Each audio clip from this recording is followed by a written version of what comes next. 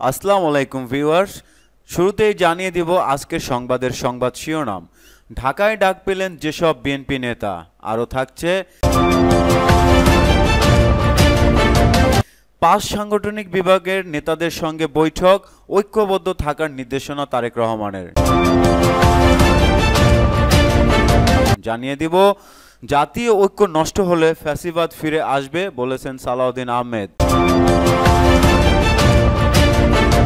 আরও থাকছে নির্বাচন লেভেল প্লেয়িং ফিল্ড নিশ্চিত করা হবে বলেছেন স্বরাষ্ট্র উপদেষ্টা। সর্বশেষ জানিয়ে দিব গুমের ২ মামলায় সেনা সদস্যদের হাজিরা পেছালো।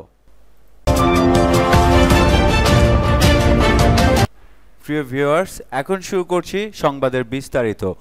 ঢাকায় ডাক পেলেন যেসব বিএনপি নেতা, আগামী ত্রয়োদশ জাতীয় সংসদ নির্বাচনে দলীয় একক প্রার্থী বাছাইয়ের কাজ প্রায় চূড়ান্ত পর্যায়ে নিয়ে এসেছে বিএনপি।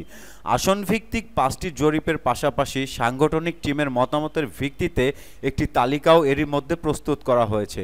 এই তালিকা ধরে চলতি মাসে একক প্রার্থী ঘোষণা দিতে চায় দলটি। তালিকায় স্থান পাওয়া সম্ভাব্য প্রার্থীদের বিষয়ে দলটির স্থায়ী কমিটির নেতাদের মধ্যেও মতামত নেওয়া হচ্ছে।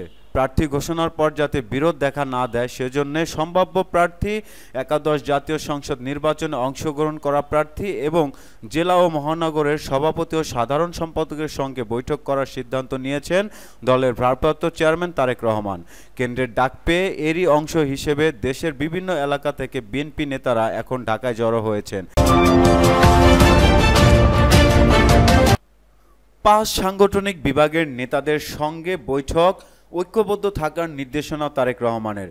ত্রয়োদশ জাতীয় সংসদ সামনে রেখে খুব শিগগির আনুষ্ঠানিকভাবে একক প্রার্থী তালিকা ঘোষণা করবে বিএনপি। একই সঙ্গে বিগত আন্দোলন সংগ্রামে ভূমিকা রাখা মিত্র বিভিন্ন রাজনৈতিক দলকেও বেশ কিছু আসনে ছাড় দেওয়া হবে। এ অবস্থায় প্রার্থী এবং যাদের মনোনয়ন দেওয়া সম্ভব হয়নি, উভয়ের মাঝেই সুসম্পর্ক গড়ে ধানের শীষের পক্ষে ঐক্যবদ্ধভাবে নির্বাচনী মাঠে কাজ করতে হবে। প্রার্থী ঘোষণার পর কোনো অবস্থায় এলাকায় মিষ্টি বিতরণ করা যাবে না বলেও নির্দেশ দিয়েছেন দলের ভারপ্রাপ্ত চেয়ারম্যান তারেক রহমান।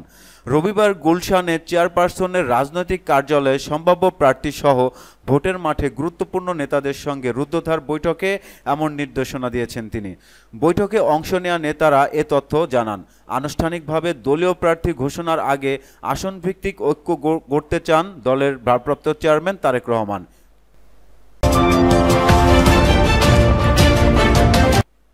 জাতীয় ঐক্য নষ্ট হলে ফ্যাসিবাদ ফিরে আসবে। গণ অধিকার পরিষদের ৬ষ্ঠ প্রতিষ্ঠা বার্ষিকীতে বিএনপির স্থায়ী কমিটির সদস্য সালাউদ্দিন আহমেদ ফ্যাসিবাদ বিরোধী ঐক্য রক্ষার জন্য সকলের প্রতি আহ্বান জানিয়েছেন। তিনি সতর্ক করে দিয়ে বলেন, এই ঐক্য নষ্ট হলে তা ফ্যাসিবাদ ফিরিয়ে আনবে। রাজধানীর ডিপ্লোমা ইঞ্জিনিয়ার্স ইনস্টিটিউটে আয়োজিত এই অনুষ্ঠানে তিনি আরও বলেন, বিএনপি, ছাত্রদল ও যুবদল জুলাই গণ অভ্যুত্থানে অংশ নিয়েছিল, যার সমন্বয় করেছিল নুরুল হক নূর ও রাশেদ খান। গত ১৬ বছরের সকল রক্তশিরিতে গণ অধিকার পরিষদের ভূমিকা কম নয়। তিনি মন্তব্য করেন, এখনও নূরের পিঠ ও পুলিশের লাঠি একে অপরের পরিপূরক। ফ্যাসিবাদী আমলে এটা গৌরবের হলেও ফ্যাসিবাদ মুক্ত সময় এটি গৌরবের নয়, বরং অপমানের।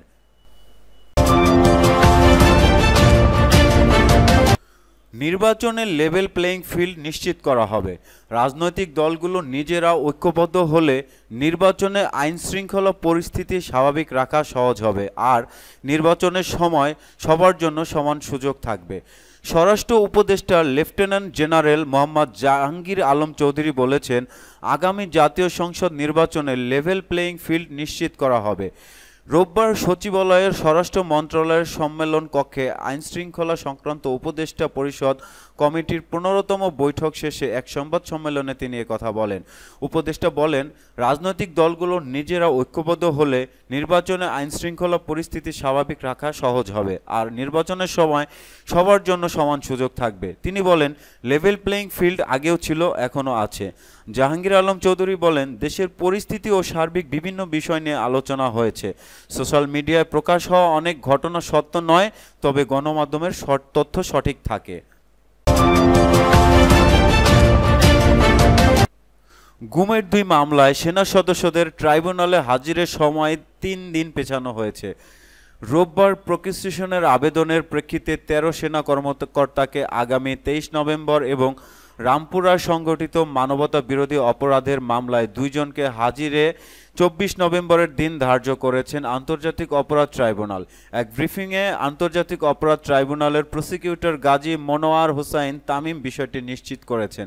ট্রাইব্যুনালে দায়ের করা ৩ মামলার মধ্যে ২টি আওয়ামী লীগের শাসনামলে গুম নির্যাতনের ঘটনায় মানবতা বিরোধী অপরাধের মামলা। এছাড়া অপর মামলাটি করা হয়েছে জুলাই গণ অভ্যুত্থানে চলাকালে রাজধানীর রামপুরা ও বনশ্রী এলাকায় সংঘটিত মানবতা বিরোধী অপরাধের ঘটনায়।